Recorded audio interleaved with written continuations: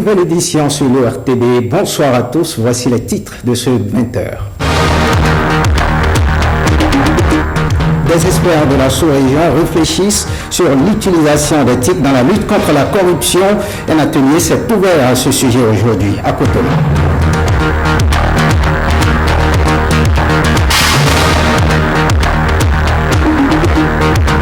Débrayage au trésor public, les agents ont déclenché une grève d'avertissement de 48 heures.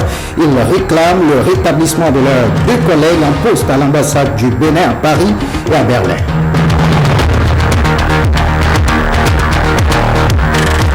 Ouverture de la deuxième session ordinaire du Conseil municipal de Cotonou. À l'ordre du jour, l'étude de plusieurs dossiers touchant la vie de la commune.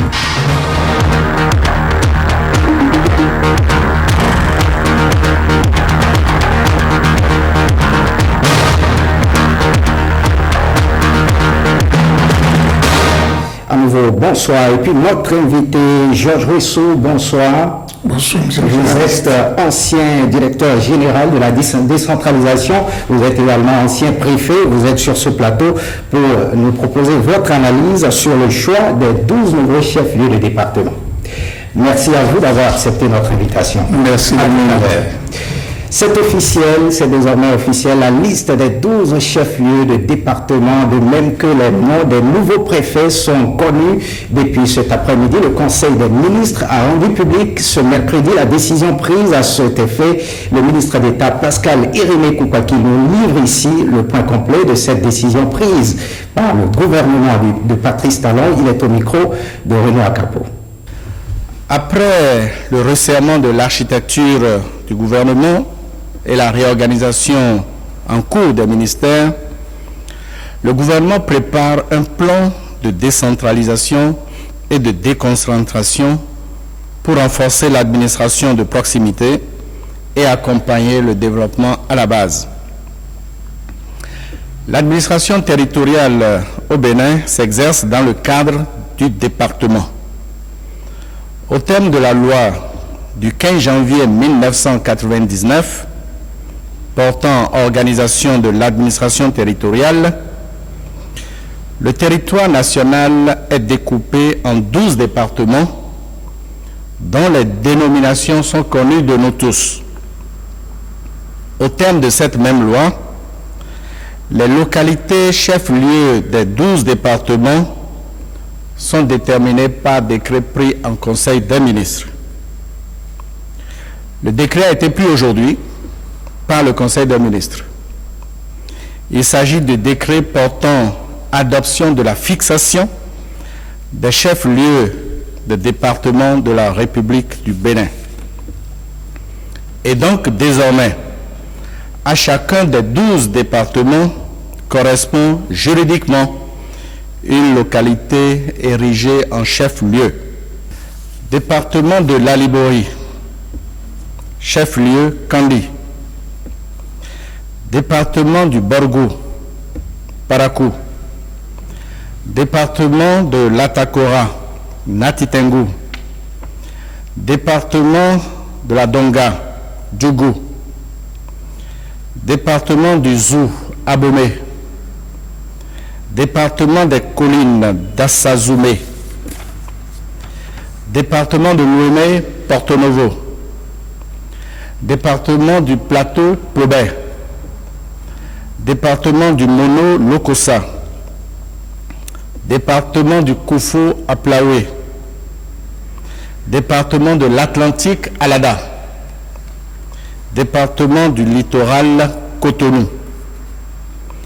L'application de ce décret permettra de combler les insuffisances dans l'administration et la gestion de notre territoire, de mieux assurer l'encadrement administratif du territoire national, de rendre plus visible et plus opérationnelle l'action de l'État par l'accélération du processus de déconcentration en vue du renforcement de la décentralisation, de la démocratie à la base et de la gouvernance participative.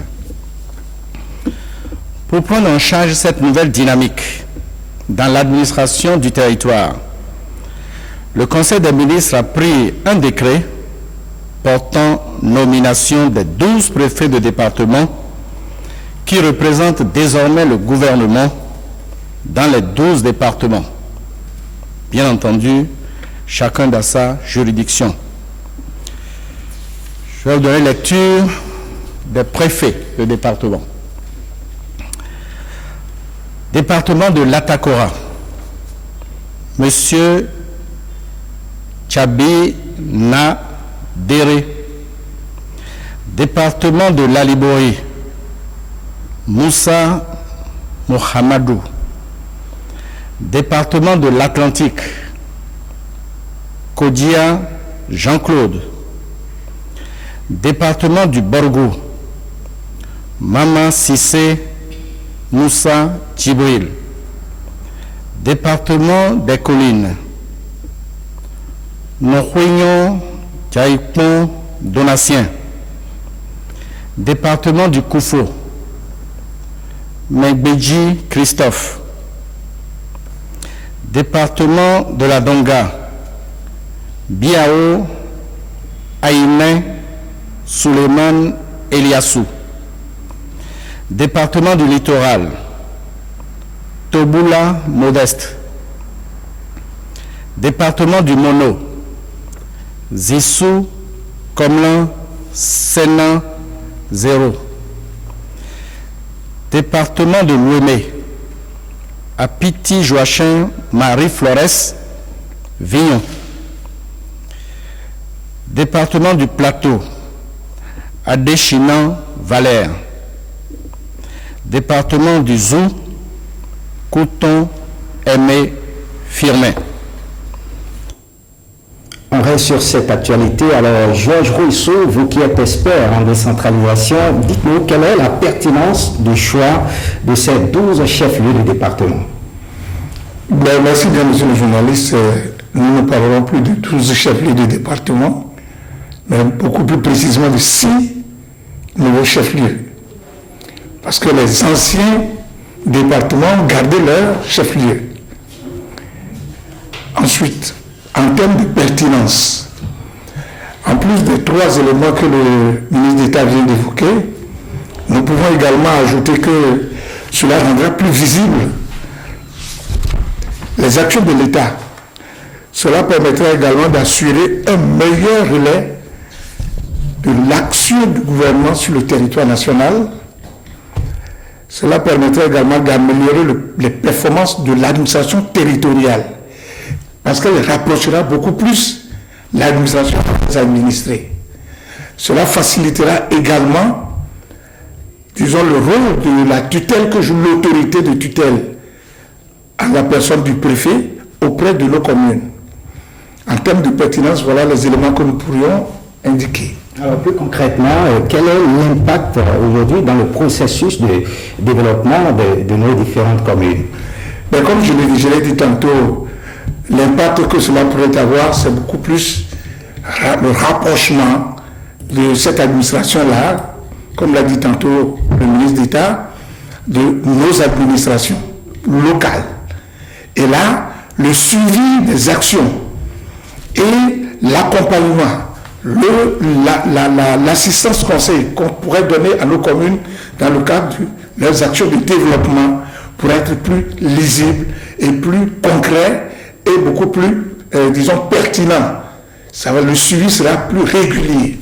Voilà les éléments d'impact que nous pourrions, de mon point de vue, évoquer. Merci à vous, Georges Rousseau. Je rappelle que vous êtes auditeur civil à la retraite, ancien préfet. Administrateur civil. Administrateur civil, ancien préfet, ancien directeur général de la décentralisation de la gouvernance locale. Merci à vous d'avoir accepté notre invitation. Alors restez avec nous, ne partez pas. Suite de cette émission, l'utilisation des TIC dans la lutte contre la corruption au cœur d'un atelier sous-régional à Cotonou. La rencontre initiée par Social Watch Bénin offre l'opportunité aux experts pour partager leur expérience en cette matière. Privé Météo pour les détails. Dans le marigot des marchés publics, il y a un peu de tout. La nécessité d'y instaurer la transparence a été le souci permanent des acteurs de la société civile. Social Watch Bénin, qui a toujours été à l'avant-garde de ce combat, a conçu le projet Les citoyens dans les marchés publics au Bénin phase 2.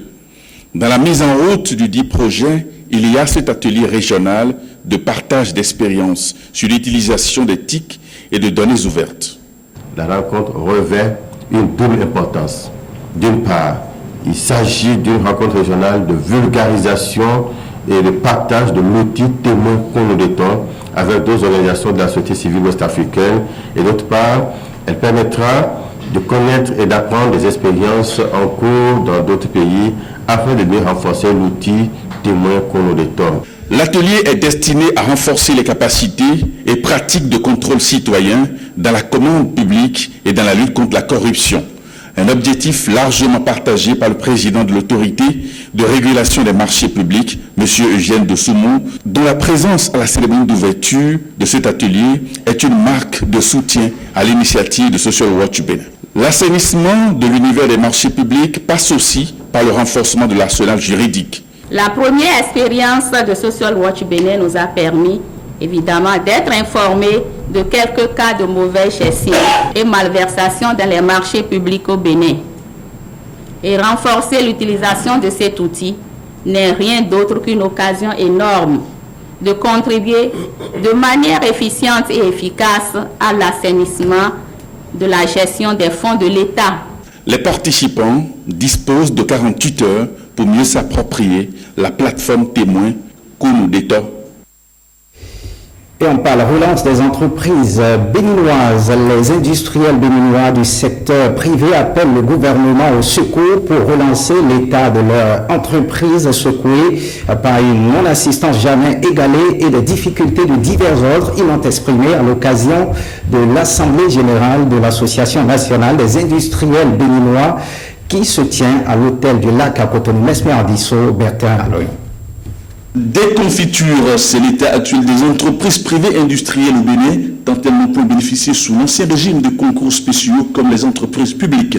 À l'heure de libéralisme économique soutenu par le renouveau démocratique, il devient impératif que le gouvernement manifeste clairement son intention de compter sur le secteur privé dans son développement économique national en soutenant surtout parmi les hommes d'affaires, ceux qui ont pris le risque de l'aventure industrielle. Tout seul avec l'agriculture contribue réellement et efficacement à l'accroissement de la richesse nationale et à la création d'emplois, l'amélioration de la balance commerciale et de la balance des paiements. Compte tenu de l'état actuel des entreprises privées, l'appui attendu du gouvernement par les industriels béninois ici présents pourrait prendre la forme d'actions immédiates érigées en programme et une réflexion devant déboucher sur une véritable stratégie pour l'industrialisation. Partant, la machine peut démarrer avec des mesures d'accompagnement telles la mise en œuvre d'un plan de restructuration et de mise à niveau. Un plan visera surtout à rééchelonner leurs dettes vis-à-vis des institutions financières et les institutions de l'État, impôts, douanes, sécurité sociale. Sans de telles mesures, l'apport d'argent fait n'aura en réalité aucun effet sur la relance de la production industrielle et ne servira en fait qu'à financer le remboursement des dettes au détriment de la relance de la production et la reprise des activités économiques dans tous les domaines. Autre mesure d'accompagnement suggérée à cette Assemblée générale, l'organisation de la lutte contre la concurrence déloyale des produits frauduleusement importés. Pour les cas d'urgence, l'Association nationale des industriels béninois souhaite l'allègement des droits et toutes les taxes connaissent sur les importations des matières premières et les biens intermédiaires à la production industrielle. Lorsque le plan d'urgence aura permis de relancer les entreprises en difficulté, une réflexion plus approfondie pourra être menée sur la stratégie de l'industrialisation au Bénin. Et on parle de la grève de 48 heures au Trésor public. Les agents de cette structure observent depuis ce mercredi matin une grève d'avertissement de 48 heures. Une équipe de reportage est allée faire le constat. Blaise Abampo et Ibrahim Lawani pour le point. Bureaux et guichets recettes fermés, la grève de 48 heures sans service minimum lancée par le syndicat des agents du Trésor public est bien suivie. En cause, le relèvement de certains agents de leurs fonctions. Des syndicalistes rencontrés sur le lieu n'ont pas voulu s'exprimer. Le directeur général du Trésor, quant à lui, se prête à nos questions. Cette grève est partie du relèvement de 2 de nos collègues qui sont attachés financiers au niveau de l'ambassade du Bénin à Paris et au niveau de l'ambassade du Bénin à Berlin. Ces agents qui sont en poste n'ont jamais relayé au niveau de la direction générale qu'il y avait des problèmes au niveau de ces ambassades. Je leur ai toujours dit que les AF, dès lors que vous êtes en poste, vous devez toujours remonter les problèmes qu'il y a. Nous n'avons pas reçu de correspondance ni de l'un ni de l'autre de ces 2 attachés financiers. Malgré la grève, certains agents sont réquisitionnés pour assurer le service minimum. Les syndicalistes sont invités à mettre la balle à terre. Je voudrais d'abord les inviter au calme d'accepter qu'on repositionne ces agents ailleurs, autre que au poste où le ministre les a enlevés. Les travailleurs du Trésor public entendent poursuivre la grève jusqu'au rétablissement de leurs collègues dans leurs fonctions. Un tour à la mairie de Cotonou. La 2e session ordinaire 2015 du conseil municipal de Cotonou s'est ouverte ce mercredi. À l'ordre du jour, l'examen et l'étude de plusieurs dossiers touchant la vie de la commune de Cotonou. La cérémonie d'ouverture a été présidée par le maire Léa Dissoglo. Le compte rendu avec Aurélie Sauton.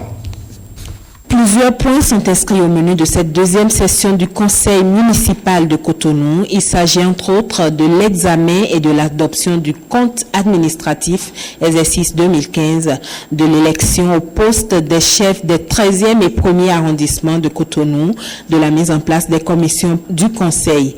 Aussi, Léa Dissoglo a-t-il placé ses assises sous le signe de l'accélération de la mise en œuvre du programme d'action 2015-2020 du conseil. Le temps passe trop vite et nous avons encore beaucoup à faire au regard de l'actualité et des exigences de plus en plus marquées de notre temps. Nous avons pu constater avec beaucoup de satisfaction que chacune des formations politiques représentées au sein de notre conseil municipal a contribué de façon pertinente et remarquable à la formulation des différentes recommandations destinées à renforcer le fonctionnement des institutions de la République, à consolider les bases de notre démocratie tout en respectant l'esprit de la conférence des forces vives de la nation de février 1990. Au niveau des communes et municipalités du Bénin, nous avons le devoir de suivre le mouvement ainsi tracé par le gouvernement et de soutenir les réformes envisagées dans la mesure où elles épousent les nobles aspirations des citoyens béninois. Beaucoup d'efforts sont consentis pour venir progressivement à bout des conséquences des inondations à Cotonou. Le président du conseil municipal a fait le point des actions menées pour l'amélioration des services municipaux au profit des habitants de Cotonou. Il faut signaler que le démarrage de cette session a été quelque peu perturbé par le mécontentement de certains membres du conseil municipal et pour cause, la non-installation des suppléants de certains conseillers appelés à d'autres fonctions. Parlons éducation à présent. Le baccalauréat 2016 s'est terminé. Les candidats sont plutôt satisfaits dans l'ensemble. Ils parlent de leur projet après le bac. Ils sont au micro de Samuel Adimi et Edmond Humbo. Alors le bac c'est terminé ce soir.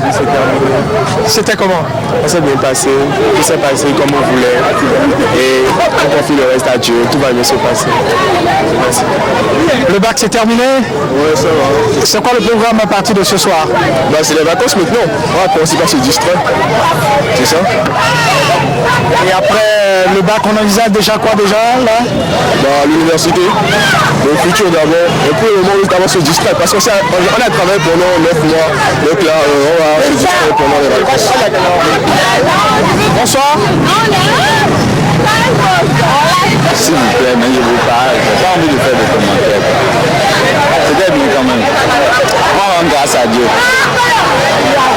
Il y a certaines épreuves là, c'était pas la peine quand même quoi. Il y avait la maths, la physique, et la philo là, c'était le sujet était un peu bizarre là. Est-ce qu'on qu'on peut espérer? Oui, c'est Bonsoir. C'est la fin du bac? Oui, c'est la fin du bac. Alors, c'est quoi le programme à partir de ce soir? Les fêtes. D'abord dormir, beaucoup. Et après tout ça, des projets après le bac? Je sais pas. J'ai encore rien pris. Alors ce soir, qu'est-ce qui va se passer? C'est la fin du bac? C'est déjà les vacances? Je ne sais pas trop. Il faut prier, se confier à Dieu d'abord. C'est tout. C'était très bien. Très bien même. Il restera et dormir, c'était la vie. Après le bac, vous envisagez de faire quoi? Déjà là, je vais partir. Non, moi je vais faire la communication. Et vous? La médecine. Depuis longtemps, ça va. Dès ce soir, qu'est-ce qu'il y a au programme? Dormir. Quel longtemps j'ai bien dormi là, alors je vais dormir. Voilà, ambiance détendue dans les centres de composition du baccalauréat après donc cet examen. Direction l'université d'Abomey-Calavi, rentrée parlementaire 2016 à la Fédération nationale des étudiants du Bénin. C'est une initiative du Conseil central fédéral qui a choisi de lancer ses activités par une rentrée après avec les étudiants de l'université d'Abomey-Calavi. C'était ce matin sur le campus d'Abomey-Calavi. Huguette Ndelo pour le point. Gestion des crises et conflits au sein de la Fédération nationale des étudiants du Bénin et maintien du cadre de vie universitaire sain. C'est autour de ce thème que le Conseil central fédéral de la Fédération nationale des étudiants du Bénin a convié les étudiants de l'université d'Abomey-Calavi ce mercredi. Si nous avons choisi ce thème pour la rentrée parlementaire 2016, c'est parce qu'il est temps de faire un état des lieux. C'est parce que lorsqu'on fait un bilan, il y a plusieurs problèmes qui minent notre fédération. La fédération, qui est la fédération mère, comment se fait-il qu'elle a un penchant descendant au lieu d'être ascendant? Avant toute chose, c'est un appel à tout un chacun de nous. Tous les élèves de la nature, le renouveau jusqu'au Balango, à une prise de conscience. Parce que c'est bien de dire, tel n'a pas besoin de l'eau, tel n'a pas besoin de l'eau, mais nous, qu'est-ce que nous faisons? Ces multiples interrogations trouveront réponse au cours de cette journée de réflexion. Mais en attendant, le président du Conseil central fédéral appelle les étudiants à beaucoup plus de militantisme. Il faut que chacun de nous ayons à cœur ce militantisme. Parce que nous remarquons que, en tant que responsable étudiant, cette question a des effets de l'ordre. Quand c'est pas quand c'est pas avec nous, quand c'est pas pour récupérer, c'est pas avec notre église, ce n'est plus la cause de nous. Les camarades sont là, mais nous, qui sommes pas la terre, nous faisons des efforts, mais simplement, nous sommes pas encore ce qu'il faut. Le Conseil central fédéral est l'organe de contrôle de la Fédération nationale des étudiants du Bénin. Sa première mission est de veiller au respect strict des tests fondamentaux qui régissent le fonctionnement de la Fédération nationale des étudiants du Bénin. Il est composé de 26 membres issus de toutes les entités de formation de l'université d'Abomey-Calavi sous tutelle de la Fédération nationale des étudiants du Bénin. On parle de la célébration de la journée internationale du yoga avec l'organisation Brahma Kumaris au Bénin qui a célébré à son siège à Cotonou dans la soirée du mardi la journée internationale du yoga, un art originaire de l'Inde mais qui s'exporte au monde entier. Les détails avec Brice Rondo et William Bassabi. Étirez vos bras au-dessus de votre tête.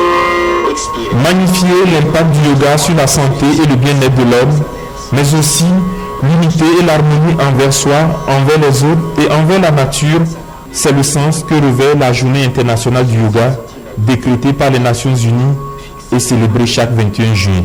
L'organisation Brahma Kumaris œuvre pour la vulgarisation du yoga au Bénin depuis 11 ans. Fidèle à sa tradition, elle a réuni à son siège à Cotonou un public varié pour lui enseigner les bases et les atouts de cet art multimillénaire devenu aujourd'hui un patrimoine mondial. Quelque chose qui est gratuit, qui ne connaît pas ni le race, qui ne connaît pas ni le statut de personne. C'est pour les pauvres comme c'est pour les riches. Et vous pouvez faire ça en public ou vous pouvez faire ça en privé. C'est préventif, en même temps c'est aussi curatif. Des exercices physiques de relaxation basés sur le contrôle de la respiration ont meublé la soirée. Participante, l'artiste plasticienne Sika Da Silveira apprécie. Je suis venue par curiosité parce que j'ignorais qu'il y avait une journée du yoga et c'était juste formidable parce qu'on a eu à faire quelques exercices physiques qui m'ont libérée en quelque sorte. Je me sens plus légère.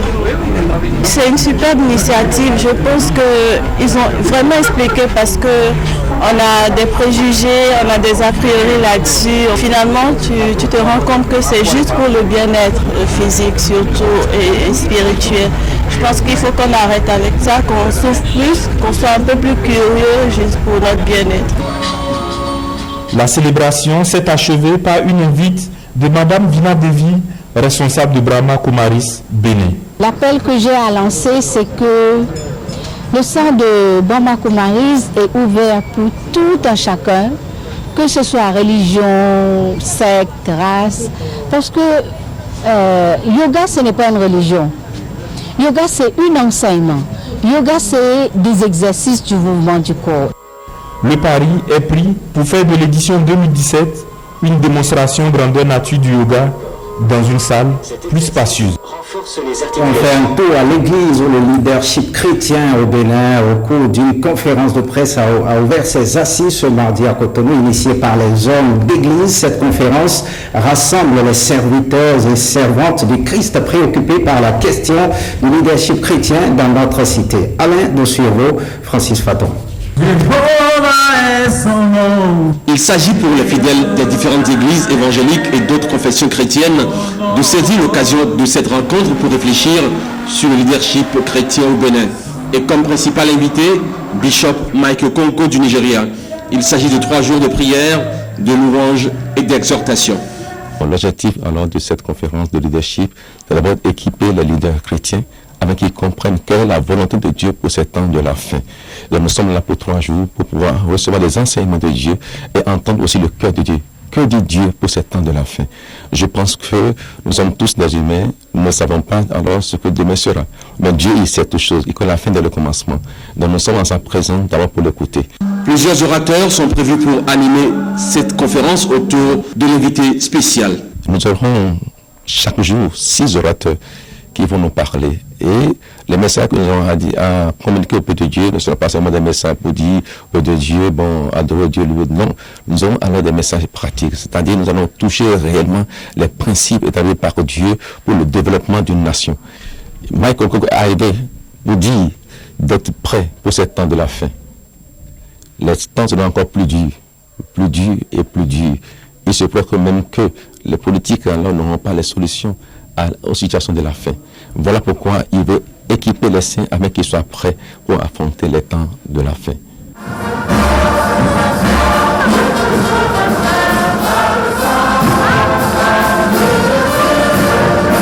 C'est un moment que vous n'allez jamais oublier car le fleuve de vie coulera à flot, ont martelé les différents intervenants à la conférence.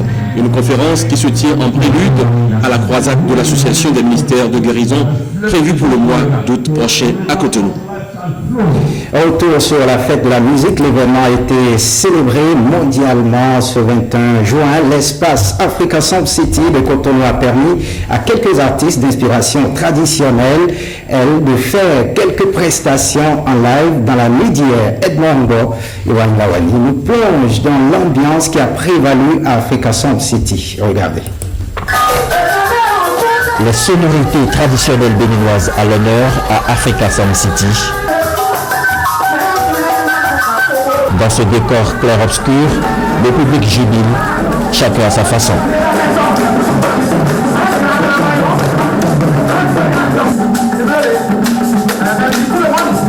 Je crois que c'est le ballet culturel que nous pouvons prendre à l'extérieur. Ce n'est pas la salsa, ce n'est pas qu'on appelle le coupé décalé que nous allons prendre à l'extérieur. En cette célébration de la fête internationale de la musique, Africa Sound City préfère mettre en valeur les richesses musicales d'inspiration traditionnelle du Bénin. chacun défend ce qui lui est cher. Nous, on a choisi d'être un peu spécial, d'être un peu nous-mêmes. La musique traditionnelle n'est pas en perte de vitesse. Quand vous allez à l'intérieur du pays, les gens travaillent, les gens bossent, ils travaillent. Mais ce qui manque, c'est les espaces de diffusion. Le toba, le zindi, le tchenkoumé, le goumbé, tous ces rythmes ont le droit de citer. Dans leur diversité, ces sonorités ont la particularité de mettre en lumière les percussions africaines. Pas de tchenkoumé sans le kouta. C'est une musique pleine d'énergie, pleine de couleurs, pleine de danse. Et moi, franchement, c'est ce que je suis. Un point de vol sur le tchenkoumé, un rythme dont la paternité est aujourd'hui attribuée au département des collines, mais pour l'artiste, ses racines sont ailleurs. Le tchenkoumé tire ses sources d'Abomey. Fuyant les affres de la guerre, les aïeux d'Abomey ont dû se réfugier à Savalou. C'est ainsi que le rythme tchenkoumé est arrivé à Savalou, au pays du peuple mahi.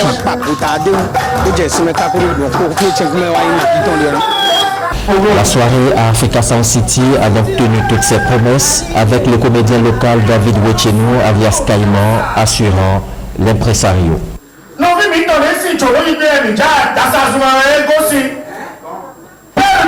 C'est-à-dire celui qui l'a naissance. Et le premier, sinon,